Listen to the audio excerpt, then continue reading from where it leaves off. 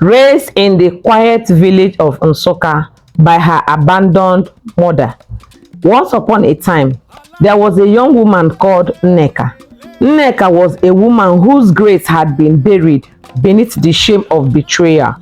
In the Nsukka village, there is a pretty and well-graced girl called Acharaugo, who had learned silence, patience, and the art of hiding brilliance. She was that girl who always looked down when spoken to, who acted like she didn't know what was going on. But guess what? She knew everything. Acharaugo had watched how people bowed to wealth.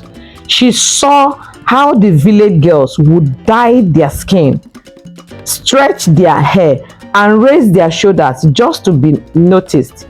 Yet, even in her playlist wrapper and unstyled hair, the sons of chiefs and politicians still followed her like flies to horn. She never asked for attention, she just got it. But her time in hiding was over. The day she entered her father's mansion in Enugu, it was like a goddess had walked in. All four wives paused. The three sisters had always called themselves the future of elegance. Their perfectly laid frontals and bodycon dresses could not outshine the natural presence of Acharaugo. Even the mansion itself, with its marble floors and golden chandeliers, seemed to push for her entrance. She wore a simple Ankara dress, tight-fitted, sleeveless, and wrapped neatly around her curvy figure. Her skin glared like oil on water. No makeup, just clear, flawless skin and the faint scent of hibiscus in her hair. Her lips were naturally pink, her eyelashes coiled, her lips wide like the hills of Nsukka, and her walk, slow, royal, silent thunder. Even the gateman Ozo whispered to himself, this girl no be ordinary. Chief Obinna, her father, was stunned. He didn't even recognize her at first. He had forgotten about the child he left behind decades ago. He looked at her like someone seeing a ghost in full glam. You? Are you not Acharaugo? She nodded. You came all the way from the village? She nodded again and smiled. Yes, Daddy, I came. I came home. Everyone was shocked. Who told her to come? Who gave her the address? How dare her? None of that mattered to her. She was there and she wasn't leaving. The family tried to rename her. They started with, Acharaugo is too old school. One of her sisters, Cherry, said, you can be Ada now. Ada is sweet or maybe precious. Something fresh. But Acharaugo laughed. No, I am not interested. I am the most valued. I won't downgrade myself. They thought it was pride. It was purpose. Let me take you back. What happened before this time? Acharaugo's mother, Nneka, a wonderful woman, was the first wife. She married Chief Obinna when he was still a struggling businessman. She bore him a daughter, but shortly after that, he sent her away, saying she was bringing bad luck. The truth? His new business partners wanted young, untouched girls for their rituals and deals. They lied and told Chief Obinna, if you want to, they said, if you want to reach the next level, this fruit must be sacrificed. But don't worry, we will handle it clean. He believed them. He used her underwear for rituals. He sent her photos without her knowing. He took her childhood and traded it for contracts. But he didn't know she knew everything. Acharaugo had learned everything from the house girl that used to work for one of the men. She had seen her own photo in a strange calabash. She had watched one by one as the men who claimed to have helped her father became rich overnight, buying new houses, traveling abroad, marrying girls young enough to be their daughters. She was just 13 when she made up her mind. They will all pay, she said. But not in violence. No, that's too easy. She would take sons and make them powerless. She would take their daughters and make them prostitutes. She would collect what they valued most, which is what? Legacy. Terry had a boyfriend, Ifem, son of one of the men who lied to Chief Obinna. But the moment Ifem saw Acharaugo, he was finished. He started forgetting birthdays, calling Acharaugo late at night, sending her money, shoes, even flying to Nneka to see her village roots. Terry cried, cursed and screamed. She is bewitching them. But Acharaugo, she just smiled. She hadn't even started. You see, in a house full of beauty, elegance, and expensive wigs, it wasn't looks that caused tension, it was power. And from the moment Acharaugo stepped into that marble-tiled mansion in Enugu, the energy shifted. But the three daughters of Chief Obinna, Cherry, Chisa, and Nengi, felt it in their bones. Something was different. Acharaugo didn't shout. She didn't argue. She didn't compete. She just existed. And that was more threatening than any insult they had ever had. At first, they tried to break her with fashion. Cherry changed her wig every 2 days, 30 inches, bone straight, dyed ash blonde, laid by the best hands in Lagos. Chisa hired a personal stylist from Abuja who dressed her like she was permanently on a red carpet. Talk about Nengi. She went the fitness route, posting gym selfies, waist snatches, skin oiled up, looking like a music video vixen. But Acharaugo, she wore one fitted Ankara, wrapped her hair in a clean scarf, and still stole the attention at the family breakfast table. One morning, their stepmother whispered under her breath, "You sure this girl is not married spirit?" Let's talk about the men. Ifem, Cherry's boyfriend, the one with the Benz and the generational money, had been calling Acharaugo just to check in. Are you eating well? Do you need anything from the mainland? Hope they are not stressing you there. That's how it started. Then he started texting, "Good morning, my darling." Then he started missing Cherry's call. Then he stopped showing up entirely. Cherry cried, but only in secret. Publicly, she laughed loud and held her chest high. But when she saw Acharaugo wearing Ifem's necklace one day, she nearly collapsed. Acharaugo didn't steal him. She just stood still and watched him fall. Be honest, Cherry, Chisa, and Nengi were never really sisters to her because they never acted like one. They were competitors. So when Acharaugo started getting attention, they joined forces against her. They forged sisterhood. They made group chat without her. They laughed loud at the breakfast table whenever she walked in. They even lied to the housemates that Acharaugo had body odor. But nothing worked. Why? Because Acharaugo didn't fight like them. She was not in a hurry. She was calculating, observing. By the end of the week, too, Acharaugo already knew who was secretly pregnant. She knew which uncle in the family was a fraud. She knew which sister was sleeping with her mother's friend husband. She knew who was stealing money from the family foundation. She was gathering secrets like pearls, one by one. Let me describe the scene that broke Cherry. You will laugh. Acharaugo walked into the mansion's private poolside in a white silk dress, looking so sexy, tight-fitted, back open, hugging every curve. Her hair was in a massive afro, untouched and unbordered. Her lips were glossed, eyes lined and nails manicured in blood red. Ifem was there, so was Odinaka, Chisa's longtime crush, and Ekene, Nengi's favorite flirt. They were all seated around the pool, sipping champagne. The moment she stepped in, they all stood up like schoolboys. Ekene said, "Acharaugo, I saved you a seat." Odinaka said, "I have been waiting for you." Ifem nko, he walked to her and took her hand like she was his queen. "Chai!" Cherry shouted.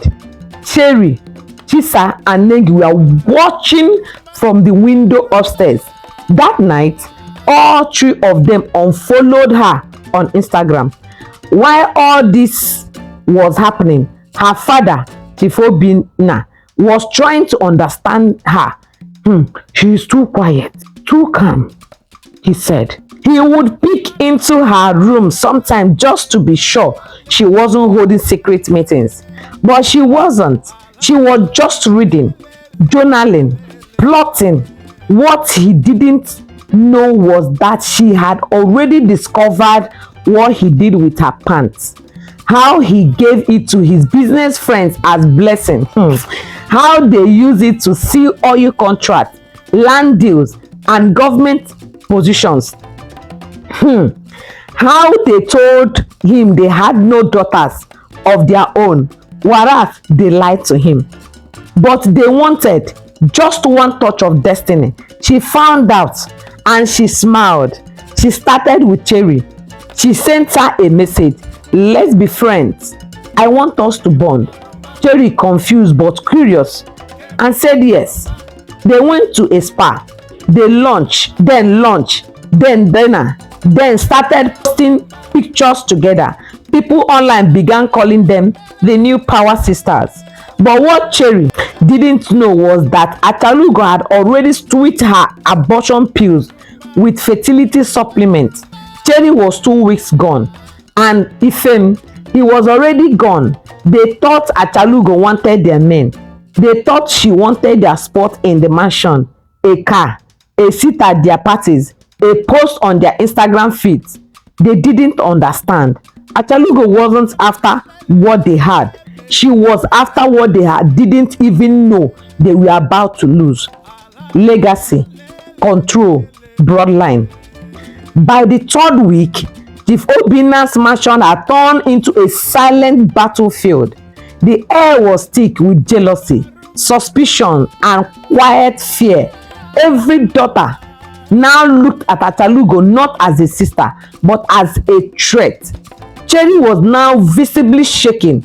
Her designer heels started wobbling. She stopped wearing makeup. She no longer posted on Instagram. The pregnancy was taking its toll, and she didn't even know she was carrying a child that her father's ritual money could not save. Ifem had stopped calling. Ifem had stopped caring. Why? Because Ifem had been sleeping with Acharaugo, and not just for love, for power. One night, Ifem asked her, What do you want from me?" She replied in her sport Igbo English accent, "Nothing you can give. I already took it."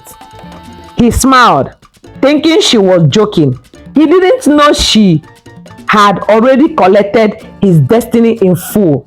2 weeks earlier, Acharaugo invited Ifem to the same village he once mocked. He had joked, You are too fine to be from a place where goats still walk on the road." But when he entered Nsukka, something shifted. The wind was hot. His chest got heavy. He couldn't speak clearly.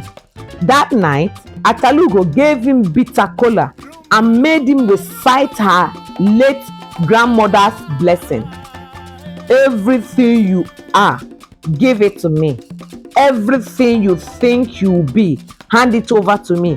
He laughed. He repeated it, thinking it was foreplay. It wasn't. He had never recovered. Back in Enugu, the mansion was cracking. Chisa started losing her followers. Her influencer days dried up. Her paid engagement dropped to zero. Her once perfect videos now had comments like, "You lost your glow. You used to look prettier. What happened?" She became obsessed with Acharaugo's skincare routine. She begged for the soap, the sponge, the secret. Acharaugo gave her black soap wrapped in a leaf. She didn't tell her it was made with spiritual salt. 3 days later, Chisa started itching. Her face broke out in rashes. Her brand gone. You know now, her confidence destroyed completely. Her boyfriend now DMs Acharaugo, now in Acharaugo's DM every second. Nengi, who had always been the tomboy with class, started drinking more. She would go out on Friday and return on Sunday night with no memory of where she had been. She once slapped their stepmother during an argument and blamed it on spiritual stress. Nobody corrected her because they were scared at night. Chief Obinna sat in his study with his head in his hands. Every deal he had touched in the last month had collapsed. His name was suddenly on police watch list. One of his closest business friends was arrested for a failed Ponzi scheme. Another one died in a hotel with an 18-year-old girl, barely 18. He didn't know Acharaugo had planted her there. Let me take you back a bit. Her ritual father's circle. Chief Obinna had used her pants at age 12 for a sacrifice of innocence. His friends told him it was a small ritual, just a little offering to open doors. He didn't know they kept copies. They made charms. Some even placed her name on their altars. But spirits don't forget, and bloodlines talk. Acharaugo had found every one of them, and she was patient. One by one, she sent girls to their homes. She sent messages to their wives. She planted secrets into the palms of their sons. She wasn't fighting back. She was rewriting the map. And what about her mother, Nneka, the woman they abandoned in Nsukka, Abi? She now drove a Lexus RX 350. She now wore lace that sparkled like stars, Ankara that is as beautiful as the sunrise. She now sat in a house built on land her ex-husband said was useless bush. Chief Obinna saw it one day and almost collapsed. "Who built this house for you? Who built this house for you?" he asked. Nneka smiled and answered, "Destiny. You tried to steal it. She came home and returned it to me." He shook. Let's be clear, Acharaugo wasn't a witch. She was just not human in the way they understood. She was the result of pain, abandonment, betrayal, and silence. And silence is loud when it decides to speak. She didn't kill anyone. She didn't shout. She simply moved, and every move, permanent. They receive hand-delivered invitations, one each, embossed in gold, signed Acharaugo. Private family dinner for the daughters only, she announced. No one asked questions. Even though they hated her, they knew better than to refuse her invitation. It was her house now, not by name, by control. That night, the dinner room was moved. Candles everywhere. Red velvets served by quiet, faceless girls who never spoke. Acharaugo sat at the end of the table. Her makeup sharp, defined, war ready. The sisters entered one by one. Cherry, now pale and withdrawn. Chisa, wearing heavy foundation to cover her spiritual rashes. Nengi, sunglasses at night, too ashamed of her now red drunken eyes. They sat. They didn't speak. They knew they were not here for food. Acharaugo stood up and said, "I brought you here because I'm done." They stared. "I didn't hurt you. I never did." but your silence while I suffered was violent too. Cherry blinked. Chisa sniffed. Nengi, she whispered, what do you want from us? Acharaugo smiled. I want to return what's yours, but you have to choose. 3 boxes appeared, brought in by the same faceless girls. 1 gold, 1 silver, 1 wooden. She told them, each one of you, choose a box. Inside lies your future. What you pick, you must carry forever. So be very careful how you make your decision. Okay, box number 1. Cherry chose the golden box. Inside a mirror, when she looked in, her own reflection laughed back at her. That night, she lost her mind. She was last seen walking barefoot in Lagos, talking to walls. Box number 2. Chisa chose the silver box. Inside, a phone.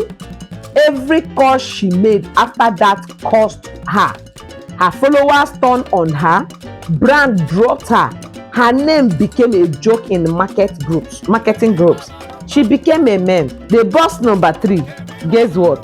Nengi chose the wooden box. Inside it, a key. She unlocked it later and found herself in a small rehab clinic in Anambra. Guess who was attending to her? Acharaugo's mother, Nek. Outside the mansion, the world was watching. Chief Obinna was now his empire crumbled like pap left in the rain. He tried to call his rich friends. They didn't answer. Why? Because every one of them had been exposed. One was caught in a ritual den. Another lost his son to sudden madness. Another lost his company to a female staff Acharaugo had trained earlier. One even confessed on a live television without knowing. We stole her star, but her star don't lie. They return as fire. The final scene, Acharaugo in her own home in Lekki, built with clean money. Very smart girl, but with her name.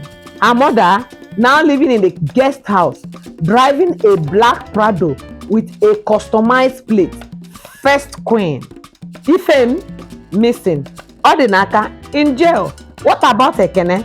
Now working as a chef for the same housemaid he once mocked. As for Acharaugo, she changed nothing about herself, not even her name. When journalists asked her once, why didn't you change your name after all what you went through? She smiled and said, because it means most valued, most beautiful, and I am, as you can see. This is not a story about revenge. It is a story about what happens when you try to bury the wrong girl. A girl born with fire, a girl ignored by family, used by men, mocked by her own blood. But fire does not beg to be seen. It just burns, and whatever stands in its way turns to dust. Let's look at the lessons behind this beautiful story. One of the lessons is never underestimate the quiet ones. Acharaugo played dumb, but her silence was strategy. She knew more than she showed, and that power shocked everyone. Number 2, your background is not your backwardness. Born in a village, abandoned and covered in dust, yet she became the woman everyone bowed to. Don't define your future. Number 3 lesson, revenge is best served with success. She didn't scream, she didn't fight, she simply rose, and her success humiliated those who once used and discarded her. Number 4 lesson, not all that glitters is family. Her own father betrayed her, sold her out for money. This story teaches us that blood doesn't always mean loyalty. Always bet on yourself. Even when they called her the forgotten girl, she believed in herself. That confidence rebuilt her destiny, and her mother's too. Now, let me ask you 1 or 2 questions. Have you ever been underestimated by your own family or friend? How did it make you feel? Go to my comment section. Please go and subscribe to this channel. The question, let it be your personal experience. Number 2 question, if you were Acharaugo, Would you forgive your father or go harder with revenge? Which part of Acharaugo transformation shocked you the most? Do you think success is the best revenge, or should she have exposed them more publicly? Which character do you secretly relate to in this story, and why? Please go to my comment section and let's hear from you. Your opinion matters so much to us. I hope you enjoyed this wonderful story. Please stay glued to this channel, and believe you me, we are bringing more sweet and interesting and outstanding story. We believe in African story. See you in my next video. Bye bye and stay blessed.